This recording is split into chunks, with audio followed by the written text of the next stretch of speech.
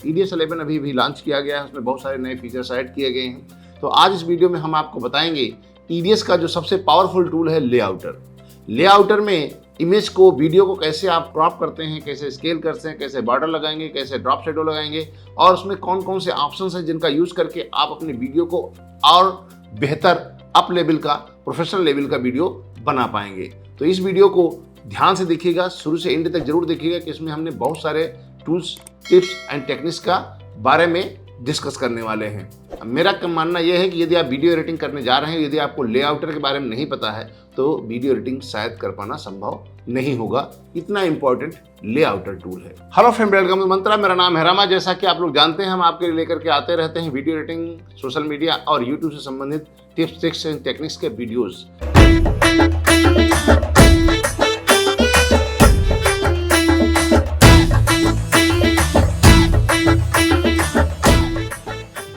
लेआउटर tool अपने आप में एक पूरा सॉफ्टवेयर है। उसको आप किस प्रकार से काम करेंगे, कैसे उसको यूटिलाइज करेंगे, ये आपको आना बहुत ज़रूरी है।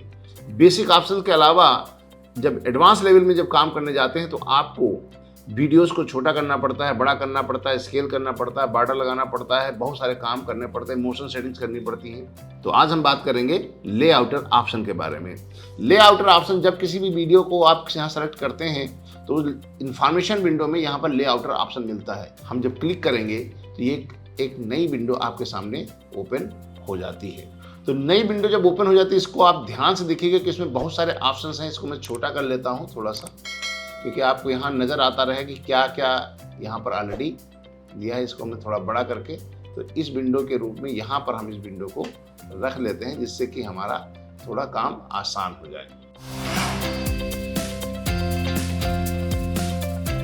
तो अब हम यहाँ पर जब लेआउटर विंडो यहाँ पर ओपन करते हैं तो बहुत सारा टूल्स और बहुत सारे ऑप्शंस आपको नजर आते हैं। अब यहाँ पर इतने सारे टूल हैं, बहुत ज़्यादा कंफ्यूजन होता है कई सारे लोगों को इस सारे टूल्स का हम क्या करेंगे। तो सबसे पहले आपको उन टूल्स को समझना है और यूटिलाइज करना है। ये वीडियो थोड़ा बड़ा हो सकता है तो लेकिन घबराने का नहीं। तो यहाँ पर जब किसी वीडियोस को हम यहाँ पर यूटिलाइज करते हैं तो सबसे पहले आप देखिए यहाँ पर लेआउटर में यहाँ पर कई सारे ऑप्शंस नज़र आते हैं। टॉप में राइट साइड में आपको बहुत सारे ऑप्शंस मिलते हैं, ये प्रीव्यू एरिया है। यहाँ लोअर साइड में लेआउटर का जो है की फ्रेमिंग लगाते हैं वो एरिया है। तो एक एक एरिया को आप बड़ा छोटा करके, हम बड़ा करके देखते हैं। सबसे पहले हम जाते हैं इस एरिया में राइट साइड में, और जब भी आप बाय डिफ़ॉल्ट ओपन करेंगे तो यहाँ पर ट्रांसफॉर्म ऑप्शन ओपन होगा। By default transform he open होता है। चलो देखते हैं फिर से। इसको सेलेक्ट किया, लेआउटर पे क्लिक किया तो लेआउटर देखिए ये ट्रांसफॉर्म ही आपको ओपन करके देगा। ये एक्टिव रहता है, 2D एक्टिव रहता है, 3D है। ये आपका गाइडलाइन है, ये गाइड्स जो आपको नज़र आते हैं इसको आप ऑन ऑफ कर सकते हैं। ये सिलेक्शन टूल है, यहाँ से आप इस विंडो को बड़ा छोटा कर सकते हैं। ये क्रॉप ऑप्शन है, इसके बारे में भी हम आगे डिस्कस करेंगे, क्रॉप कैसे करना है। ट्रांसफॉर्मेशन ऑप्शन है, ट्रैकिंग है। जब आप पहली बार इसको ओपन करेंगे यहाँ पर कई सारे ऑप्शंस आपको नजर आएंगे। टॉप एरिया में जब जाएंगे तो सबसे पहला आपको मिलता है क्रॉप में, जिससे क्या होता है आप अपने वीडियो को क्रॉप कर सकते हैं। ये देखिए, ये देखिए, ये क्रॉप हो जाएगा। जैसे आप चाहें वैसे क्रॉप कर सकते हैं मैन्युअली। यहाँ देखिए क्रॉप होते नजर आएगा। चलिए इसको हम रीसेट कर देते हैं।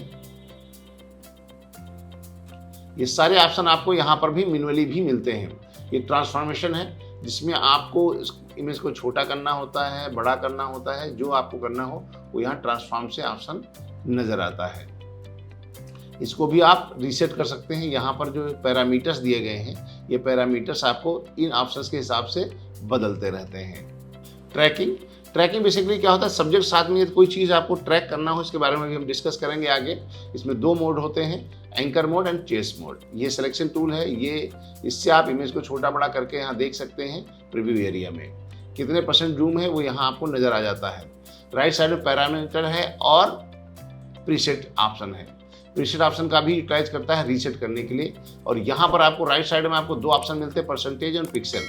आप यहाँ पर जो पैरामीटर्स यूज़ करते हैं उन पिक्सल में यूज़ करना है जो है या परसेंटेज में यूज़ करना है, वो आप यहाँ से यूटिलाइज कर सकते हैं। तो सबसे पहले यहाँ पर हम पैरामीटर में जाते हैं तो क्रॉप ऑप्शन आता है।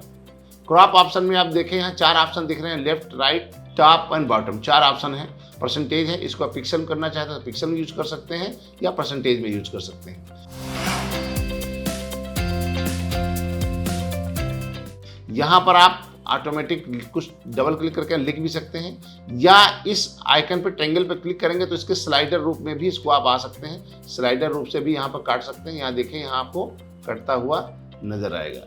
यदि आप इसको ऐसे यूज कर सकते हैं, यहाँ पर कोई भी ऑप्शन सेलेक्ट हो तो यहाँ पर ये ऑप्शन आते हैं। बाय डिफॉल्ट ट्रांसफॉर्म ही रहता है इस तरीके से, तो ये ऑप्शन इसको हम हटा देते हैं तो थोड़ा सा क्लीन हो जाएगा। तो यहाँ से आप टॉप एंड बॉटम से कर सकते हैं। लेकिन अब यहाँ पर इशू क्या होता है, जब आप यहाँ पर कर रहे होते हैं तो यहाँ माउस के द्वारा आप क्रॉप नहीं करते। माउस द्वारा यहाँ जब होता है ट्रांसफॉर्म है तो ट्रांसफॉर्म में स्केल कर सकते हैं, रोटेट कर सकते हैं, क्रॉप नहीं कर सकते हैं। तो यदि आप माउस के द्वारा क्रॉपिंग करनी है तो आपको क्रॉप बटन पे क्लिक करना है, तो अब आप यहाँ से कर सकते हैं। देखिए, माउस के द्वारा भी आप क्रॉपिंग कर सकते हैं, इसकी पोजीशन कर सकते हैं, कहीं किसी भी एरिया को आप सेलेक्ट कर सकते हैं माउस के द्वारा। तो ये क्रॉप ऑप्शन सेलेक्ट करने के बाद आपको जो ये प्रीव्यू एरिया में रेक्टेंगल बॉक्स मिलता है वो आपको माउस से कंट्रोल होना शुरू हो जाता है। बाकी आप यहाँ से स्लाइडर के द्वारा आप काम कर ही सकते हैं। तो ये टूल आपका हो गया क्रॉप टैब के रूप में जो यहाँ मिलता है। इसे क्लिक करने के बाद आपका जो माउस है ना, वो आपको क्रॉपिंग का पूरे टूल्स यूज करना शुरू कर देता है। ये जो आपके ऑप्शन दिए वो माउस पे आपका आ जाता है। देखिए, अब ये स्केल नहीं हो रहा है, क्रॉप हो रहा है, देख रहे हैं। और ये यहीं पर यदि हम ट्रांसफॉर्म जाएंगे तब उसके बाद करेंगे तो ये स्केल होगा। देखिए, ये भी स्केल होना शुरू हो गया। तो इसी तरीके से अगला टैब होता है ट्रांसफॉर्म। ट्रांसफॉर्म में क्या होता है, तो क्रॉप में यहाँ पर हम इसको रीसेट कर सकते हैं आराम से, कोई प्रॉब्लम नहीं है। इसको हम स्केल छोटा कर सकते हैं, यहाँ पर पूरा दिख ही रहा है। तो क्रॉप टूल से आप किसी इमेज को छोटा बड़ा कर सकते हैं क्रॉपिंग के द्वारा। किसी एरिया को आप रिमूव कर सकते हैं, जो एरिया आपको चाहिए, जो नहीं चाहिए। अब यहाँ पर एक और ऑप्शन मिल जाता है ट्रांसफॉर्म। जब ट्रांसफॉर्म क्लिक करते हैं तो यहाँ पर सारे ऑप्शन नजर आते हैं, लेकिन माउस के द्वारा जब आप काम करते हैं तो ये स्केल आ जाता है। यहाँ से आप रोटेट कर सकते हैं, देखा ना ये ऑप्शन। यदि आप यहाँ पर ट्रांसफॉर्म आप टैब को सेलेक्ट किया हुआ है तो, नहीं तो आप इसको काम करने के लिए नीचे जब जाते हैं तो आपको एंकर मिल जाता है, पोजीशन मिल जाता है और स्ट्रेच मिल जाता है, और इसी के नीचे आपको रोटेशन मिल जाता है। ये सारे ऑप्शन यहाँ पर आपको मिल जाते हैं। माउस के द्वारा करना है तो ट्रांसफॉर्म टैब होना चाहिए, नहीं तो आपके पैरामीटर्स में जो ऑप्शन दिए गए वो सारे ऑप्शन यहाँ पर आपको नजर आ जाते हैं। यहाँ देखिए, यदि आप क्लिप की पोजीशन को चेंज करना चाहते हैं तो आप इसका सेंटर पॉइंट चेंज कर सकते हैं।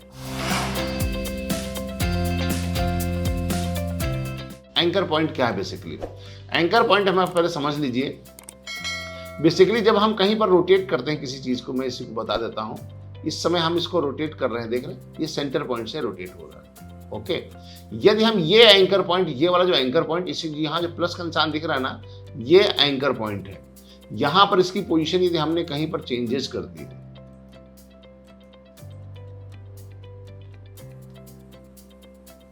आप ऐसे भी कर सकते। देखिए इसका एंकर पॉइंट, अब हमने एंकर पॉइंट इसका यहां पे कर दिया है इस तरीके से। अब देखो ये प्लस यहां पर, अब आप इसको रोटेट करेंगे तो ये इस पोजीशन से रोटेट होना शुरू हो जाएगा। आप इसको मैन्युअली भी कर सकते हैं, इसको हम रीसेट कर देते हैं। आप यहां पर इसको कंट्रोल लीजिए और इसको आप यहां रख सकते हैं। देखिए एंकर पॉइंट की पोजीशन चेंज हो गई, राइट। अब यहां पर कुछ रोटेशन करेंगे तो ये देखिए इमेज वहां से रोटेट होगी जहां पर आपका एंकर पॉइंट होगा। बेसिकली जब आप किसी लेआउटर में काम करते हैं तो आपकी पूरी इमेज जो आपकी पूरी इमेज होती है वो आपके एंकर पॉइंट के बेस पे ही काम करती है। चाहे उसको स्केल करना हो, चाहे रोटेट करना हो, चाहे आपको उसको जो है पोजीशन करना हो, वो आपको एंकर बेस पे ही सारा काम करता है। तो एंकर जहां पर होगा आपकी इमेज उसी तरीके से बिहेव करेगी। इसको हम रीसेट कर देते हैं। देखिए पूरा रोटेशन ये रीसेट हो गया है। तो एंकर पॉइंट उम्मीद करते हैं आपकी समझ में आ गया। एंकर पॉइंट, साफ सुथरी बात यह है,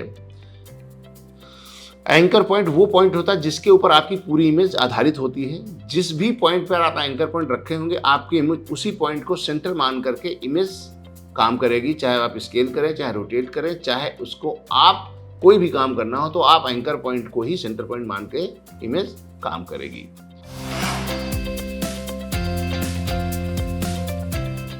अब आ जाती है पोजीशन की बात। पोजीशन बेसिकली क्या है, यहाँ पर इमेज कहाँ पर है, इमेज की पोजीशन क्या है। बेसिकली इमेज को आप कहीं पे रखना चाहते हैं, इसको हम परसेंटेज करना चाहते हैं। देखिए होता क्या है, जैसे हमने इमेज को छोटा कर लिया और अभी इमेज को हमको राइट में रखे जाना है, एंकर पॉइंट को नहीं, इमेज को।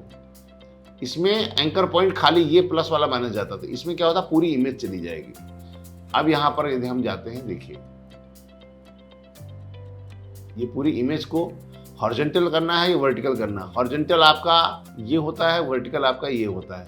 जो पड़ा वाला एरिया होता है हॉरिजॉन्टल होता है एक्स, और वाई का मतलब होता है वर्टिकल। तो यहाँ पर आपको वर्टिकल लेके जाना है या हॉरिजॉन्टल लेके जाना है, ये आपको परसेंटेज में जाएंगे थोड़ा सा फास्ट काम करता है, पिक्सल में थोड़ा स्लो काम करता है। बेसिकली परसेंटेज में क्या होता है 100% ही होता है, और पिक्सल में क्या होता है, जब आप एचडी में काम करते हैं, हॉरिजॉन्टल में 1920 होते हैं, वर्टिकल में 1080 होते हैं। तो उस हिसाब से ये काम करता है। जल्दी काम करना है तो परसेंटेज के हिसाब से काम कर सकते हैं, जिससे आपका ये काम 100 नंबर्स के अंदर ही सारा काम होता चला जाएगा। इसलिए परसेंटेज भी आपके लिए बहुत बेहतर ऑप्शन रहता है। ये हो जाए पोजीशन की बात, इमेज की कहाँ रखना है। आप इसको माउस के द्वारा भी रख सकते हैं, जैसे हमको कहीं रख जाना ऐसे भी आप रख सकते हैं। यदि आपका टैब में ट्रांसफॉर्म सेलेक्ट है तो ये ध्यान रखना, माउस आपका तभी काम करेगा जब आपका टैब में ट्रांसफॉर्म होगा। ये स्केलिंग, रोटेशन एंड पोजीशन, ये तीनों ऑप्शन ट्रांसफॉर्म ऑप्शन एक्टिव होने पर ही ये काम करेंगे। यदि क्रॉप एक्टिव होगा तो आपका ये काम नहीं करेगा। देख रहे हैं, नहीं करेगा। ठीक है,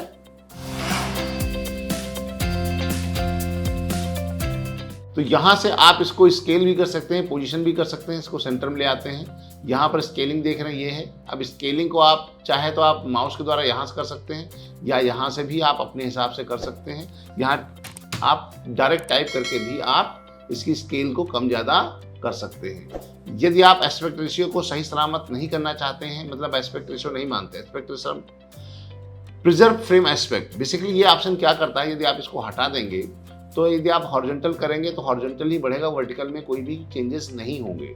इसलिए हॉरिजॉन्टल वर्टिकल दोनों तरफ से चेंज एक साथ चाहिए तो आपको प्रिजर्व फ्रेम एस्पेक्ट पे क्लिक करना पड़ेगा। देन आप स्केल करेंगे तो हॉरिजॉन्टल वर्टिकल दोनों तरफ से स्केलिंग उसकी पूरी सही तरीके से होगी। इसके अलावा यहाँ पर एक और ऑप्शन मिल जाते हैं, ये देखिए इस तरीके से, देखिए वर्टिकल है। यदि आप इसको हटा देंगे, जैसे बेसिकली हमने यहाँ पर इसको रख लिया, हटा दिया, ठीक है। अब हम इसको वर्टिकल करेंगे तो ये देखो पूरे एरिया में वर्टिकल।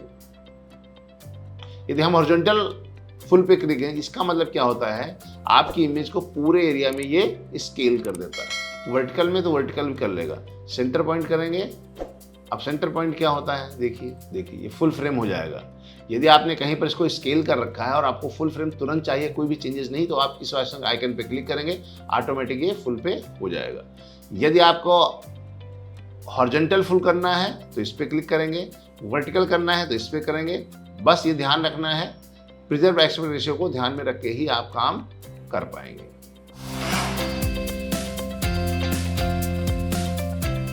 इसके बाद अगला ऑप्शन आता है रोटेशन का। रोटेशन आप कैसे भी कर सकते हैं, आप यहाँ पे क्लिक करके ऐसे भी रोटेट कर सकते हैं, यहाँ से स्लाइडर से भी रोटेट कर सकते हैं, ये यहाँ से इससे इस ऑप्शन पे ऊपर नीचे करके भी आप कर सकते हैं। सेंटर पॉइंट को आप जो माउस में जो आपका व्हील होता है उस पर क्लिक करके भी आपको रोटेट कर सकते हैं, या डायरेक्ट यहाँ पे क्लिक करके आप कोई नंबर के द्वारा भी इसको रोटेट कर सकते हैं। तो यहाँ पर ये रोटेशन का ऑप्शन आपको मिल जाता है। इसको हम रीसेट कर देते हैं। अगला ऑप्शन आ जाता है आपका, इन सबको मैं थोड़ा सा छोटा कर देते हैं, बहुत ज़्यादा हैवी हो गया है।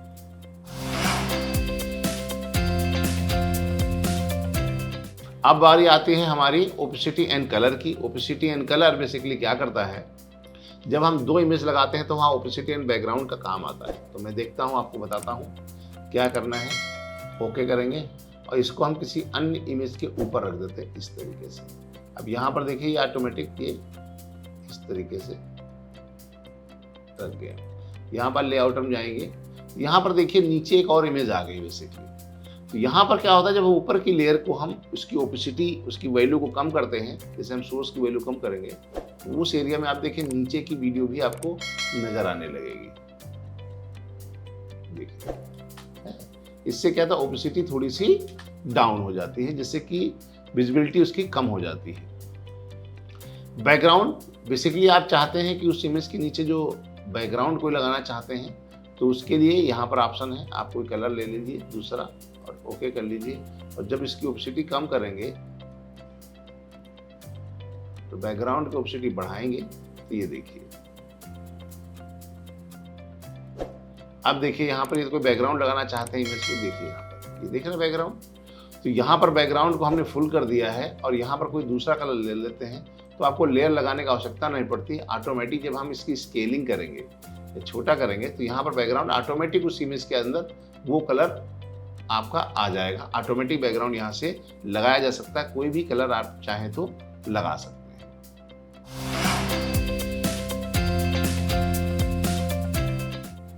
इसके अलावा हम अगला चलता है एज के रूप में। एज बेसिकली क्या है? एज माने किनारा होता है, जैसे यहाँ बॉर्डर लगा हुआ, ऐसे हम चाहते हैं कोई बॉर्डर आ जाए आपका एज के लिए, तो यहाँ पर कलर क्लिक करेंगे, सॉफ्टनेस चाहिए तो सॉफ्टनेस पे क्लिक करेंगे, कलर को हम थोड़ा सा ऐसे, जैसे हम पिक्सल चेंज करेंगे तो यहाँ देखिए आपको बॉर्डर नजर आने लगेगा। यदि सॉफ्ट बॉर्डर चाहते हैं तो सॉफ्ट बॉर्डर में सॉफ्ट वैल्यू बढ़ाएंगे तो आपको किनारे सॉफ्ट भी हो जाएंगे। और यहाँ पर इसका कलर भी चेंज करना चाहते हैं तो आप कलर को भी चेंज कर सकते हैं। आपको जो कलर चाहिए वो चेंज करके आप यहाँ से यूटिलाइज कर सकते हैं। इस तरीके से आप यहाँ पर किसी भी वीडियो में बॉर्डर लगाना है तो आप बॉर्डर लगा सकते हैं एज के रूप में। तो यहाँ पर ऑप्शन आपको स्लाइडर भी मिल जाता है, यदि आप उसको ओपन करेंगे, देखिए सॉफ्ट को थोड़ा सा कम करिए, देखिए बॉर्डर आप जितना बड़ा बॉर्डर चाहें उतना बड़ा बॉर्डर आप यहाँ पे लगा सकते हैं आप बहुत आसानी से किसी भी वीडियो में। चलिए इसको हम रीसेट करते हैं। ड्राफ्ट शैडो में बेसिकली क्या है, कभी कभी हमें आवश्यकता पड़ती है ड्राफ्ट शैडो को हम ओपन कर लेते हैं, इसको ओपन लेते हैं तो यहाँ पर कई सारे ऑप्शन आपको नजर आते हैं। इनेबल ड्राफ्ट शैडो, सबसे पहले तो आपको इनेबल करना होगा, क्लिक करेंगे तो ये ड्राफ्ट शैडो आपका 10% आपके सामने यहाँ नजर आ जाएगा। हल्का देखिए ऑन ऑफ करने के बाद देखिए नजर आ रहा है। लेकिन यहाँ पर यदि इसकी डिस्टेंस को हम बढ़ाना चाहते हैं तो ये कितनी दूर आपको रखना है ये आपको शो करता है। ओपेसिटी कितनी रखनी ये आप यहाँ पर है। ड्राफ्ट शैडो को सॉफ्ट करना चाहते हैं तो वो भी ऑप्शन यहाँ पर मौजूद रहता है।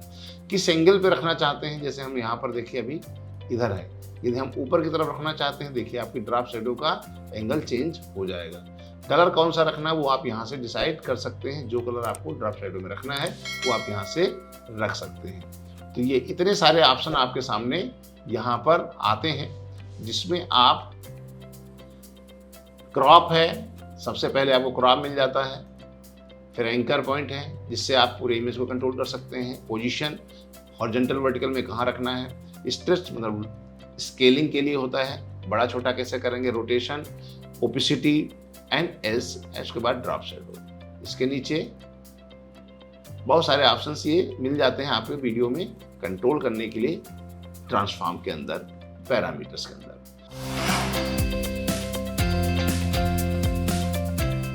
बेसिकली कई सारे ऑप्शन आपको मिल जाते हैं, जैसे डिफॉल्ट पे जैसे अप्लाई करेंगे तो बाय डिफॉल्ट जो इमेज आई थी वो है fit to height, fit to width and original size. यहाँ पर कई सारे अन्य ऑप्शन आपको मिल जाते हैं, ये चार यहाँ पर चार ऑप्शन मिल जाते हैं। डिफॉल्ट पे क्लिक करेंगे तो बाय डिफॉल्ट हो जाएगा। यदि यहाँ पर फिट टू हाइट करेंगे, अप्लाई करेंगे तो फिट टू हाइट में चला जाएगा। फिट टू विड्थ करेंगे या ओरिजिनल साइज पे क्लिक करेंगे तो ओरिजिनल साइज में रीसेट करने के लिए, बेसिकली ये प्रीसेट है रीसेट करने के लिए। यदि आपकी इमेज में कुछ चेंजेस करे, आपने कुछ स्केलिंग किया है, रोटेशन किया है, उसको सही रूप में लेकर के आना है तो ये प्रीसेट आपका बहुत आसान बना देता है आपकी चीज़ों को। इसके अलावा कोई अपने भी प्रीसेट बना करके यहाँ पर रखे जा सकते हैं। यदि अब तक आपने हमारे YouTube चैनल को सब्सक्राइब नहीं किया है तो सब्सक्राइब कीजिए। तो मिलेंगे आपको किसी अन्य वीडियो में, तब तक की रामा की राम राम।